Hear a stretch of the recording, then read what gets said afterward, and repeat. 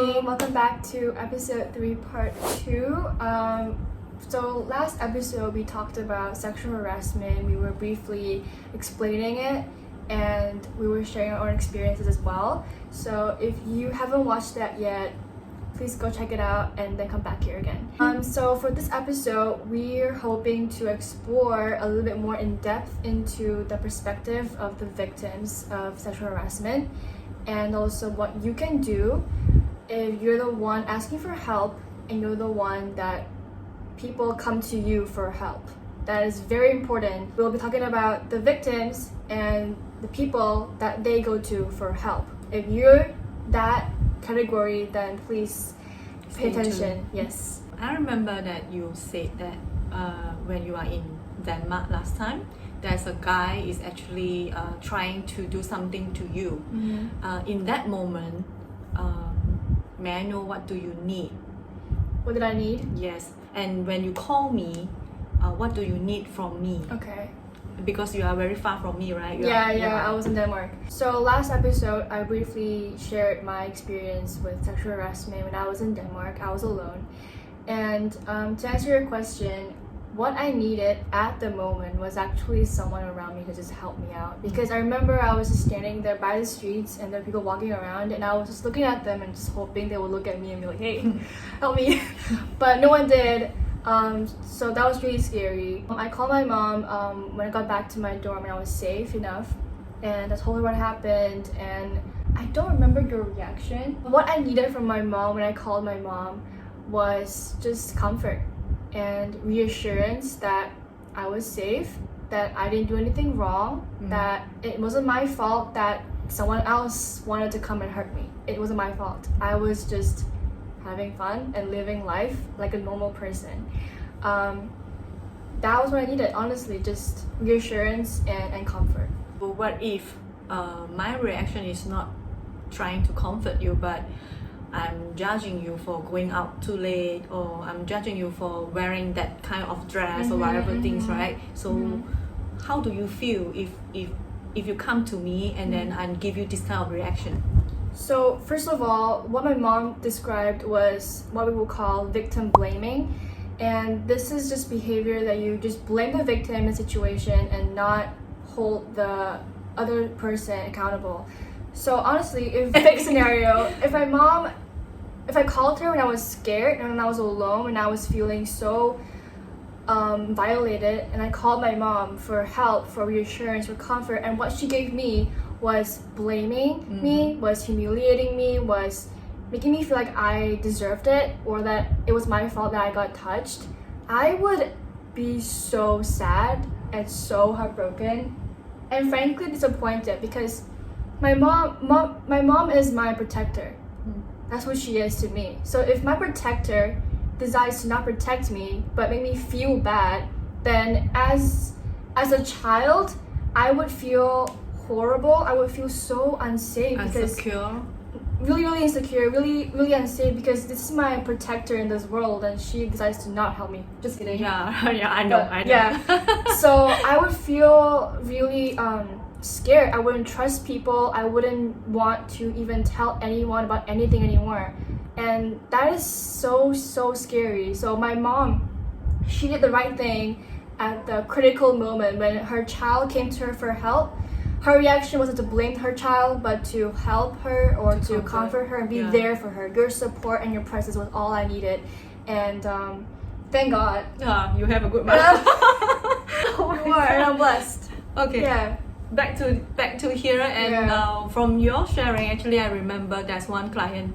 She came to me, and she is now is nearly 30 over years old.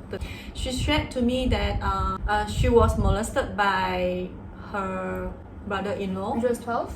Yeah, when she was 12 years old, and she don't know about anything because this is the brother-in-law. So she did not expect all this happen. So during that night when she came home, and after dinner, the brother-in-law actually called her going to his room, saying that want to do some body massage. So the sister was not at home, Yeah. and it was just the client and her brother-in-law in the house. Yes. Okay. So doing the body massage. So firstly, they are doing in the back side, from the top to toe. So it was touching her from Yeah. the head, shoulders, back, Yeah, and everything. butt, So and it's a legs. 12 years old girl. And How old was the guy? Roughly? I think about 20 over. That's 20, disgusting. 28 or 29, disgusting. 30. I'm not sure about that. It's just Yeah. around that age. That is actually child abuse because the Yeah. girl was like 12 and you're a 20-something-year-old guy. And actually, she trusts him because it's Of course, brother-in-law, it's because it's the family. Yeah. It's the family members. It's so heartbreaking. She felt uncomfortable and weird. So when the brother-in-law asked her to turn around, she quickly ran back to her room and locked herself. Luckily, the brother-in-law did not do anything later. He just came to her room and kept on knocking the door. That night is actually very miserable and scary to her. A 12 years old girl.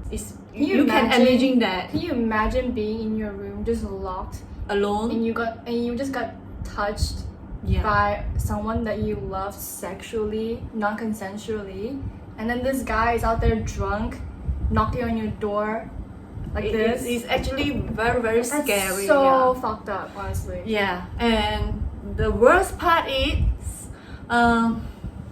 when she went home, and she actually did tell all this to Good for her, by the way. tell Yeah. all this to her mom and her elder sister.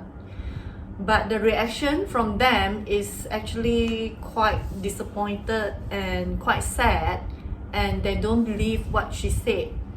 They actually blame her for talking about nonsense, saying that this is only your imagination, it's not real. So you are a little girl, you don't know what is that, you don't know what happens. Because the family members, I mean the mom and the elder sister, thought that if she voice up, this may destroy the marriage of another sister, because this is the brother-in-law, right? So they insist her to keep silent and not helping her at all. This is very sad to her, and this has become the trauma to her when she's growing up. So before she came to see me, she actually will lock herself. I mean, in her room now, she will put in, I think, 4 or 5 door lock. So she is very afraid in front of a drunk man, and also she afraid to be alone with other brother-in-law in one roof. So it's terrible for her to experience all this. And what she said to me, this is sexual assault, which is hurt her, but it's not as hurt than the reaction of the family. So she felt not comfortable, she felt very insecure, and she felt she's alone in the world, no one will helping her. When you compare my story and the client's story, I was lucky enough to have a mother to support me and reassure me and comfort me, while this client was very unlucky. She did not get any support, and her feelings were invalidated because they were saying that they didn't believe her. They were accusing her of creating nonsense. Yeah, First of all, why would anyone in their right mind make up something like this for no reason? That's so stupid to me, because why would you not believe your child when it's something so serious? And I find it so kind of fucked up that people tend to protect people they're not supposed to be protected, and then they don't protect the ones that should be protected. Yeah, like you said, she has trauma from it, and now she can't even be under the same roof with a brother-in-law because of the association with the past. I mean the different brother-in-law. Yeah. She can. Yeah, and that's so scary. And in this story would tell us is that when somebody comes to you for help, your reaction It's very, is very so important. important because that's a critical moment when trust is being laid on the table and you have the power to decide how things are going to be from here on. So if my mom didn't react the way I hoped that she would, I don't think we would be talking right here together like this. I don't think definitely it would not. happen. It won't happen. No, and look at this client, like because of that one reaction from the family, there's just a lot of things coming from it. She's not close to her family. She doesn't feel safe with men in general, I think. Yeah, and she felt very low self-esteem as well. Yeah, because what this would do to you is that when you give yourself a chance to protect yourself, and the reaction you get from your environment doesn't validate you, it would actually mess with your self-worth, the way you see yourself, the way you feel about yourself, and it's so fucked.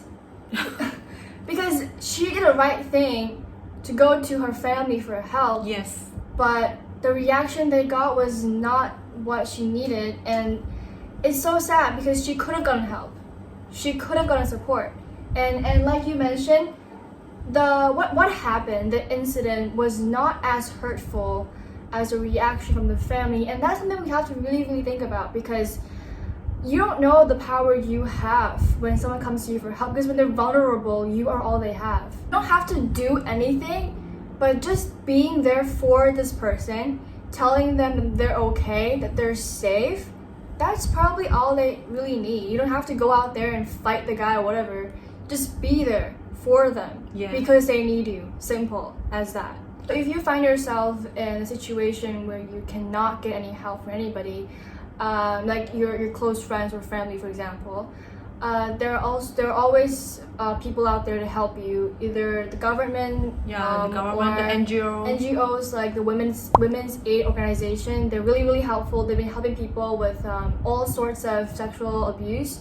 So try your best to get help if you need to, and don't think that you're alone, because you're not. It's not something that happens to you only. There are people out there who will help you, who will be there for you, who understand how you feel. So sexual harassment comes in many forms, not just physical. It also comes in verbal.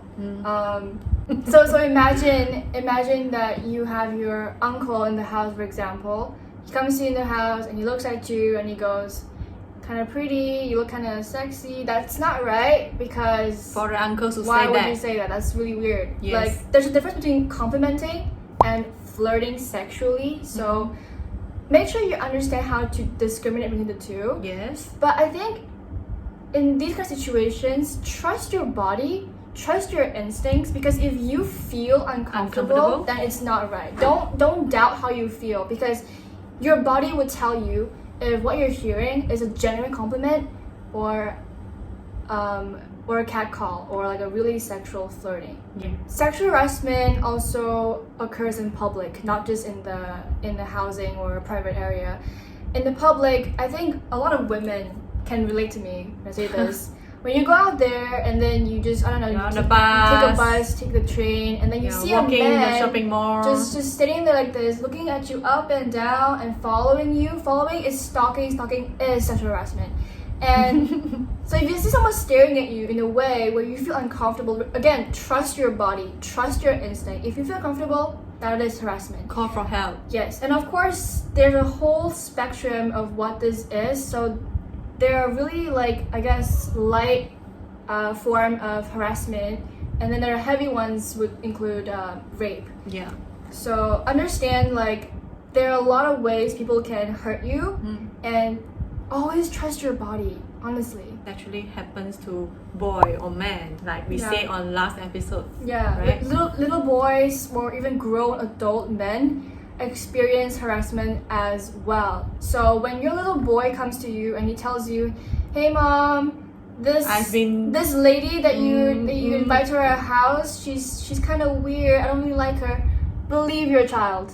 Trust your child, please. Like, they're just children. What else would they know other than just being honest? When someone's vulnerable and they come to you for help, for support, they have trust in you. they trust that you are the person that can protect them, that can be there for them. So if your reaction wasn't what they needed, you would violate the trust, and it would lead to a lot of problems.